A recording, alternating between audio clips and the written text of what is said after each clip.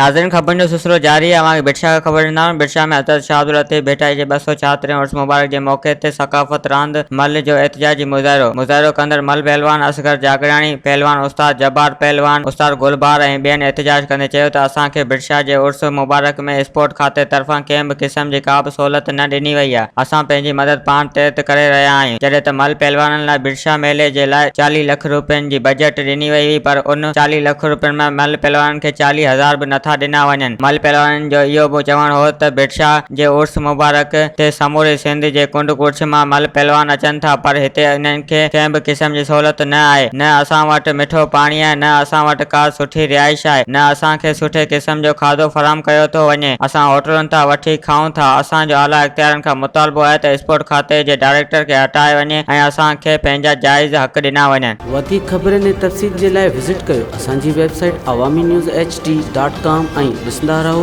Awami news HD।